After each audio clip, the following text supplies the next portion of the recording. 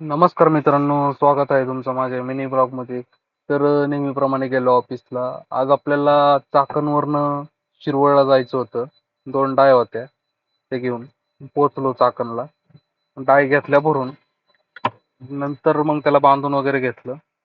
त्यानंतर आलो डायरेक्ट भोसरीत. कारण भोसरीतनं आपल्यासोबत शुभम पण येणार होता. मग शुभमला घेतलं, चाललो शिरवळच्या दिशेने. काय पोहोचलो वाकडला. तर वाकडला तर ट्रॅफिक जामच होतं. मग ट्रॅफिक नंतर आपण पोहोचलो डायरेक्ट कात्रज बोगद्यापाशी. मग कात्रज बोगदा पार करून परत आलो आपण खेड शिवापूरला. खेड शिवापूर पास करून डायरेक्ट आलो शिरवळला. आणि शिरवळमध्ये लगेच गाडी खाली करून घेतली. पण खाली करून घेतल्यावर आपला एक प्रॉब्लेम परत आला होता गाडीला इमोलाईजचा. मग आपण बॅटरीची वायर काढून बॅटरीची वायर परत लावली तर गाडी झाली चालू. नंतर मग येता येता जेवायला थांबलो, जेवण करून घेतलं.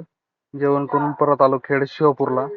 खेड शिवापूर पास करून परत आलो नवले ब्रिजला. नवले ब्रिजला आता 30चं स्पीड लिमिट केलंय. स्पीड लिमिट कमी केलंय पण रमलर्स टिप्स एवढे टाकलेत की गाडी लय आदळली.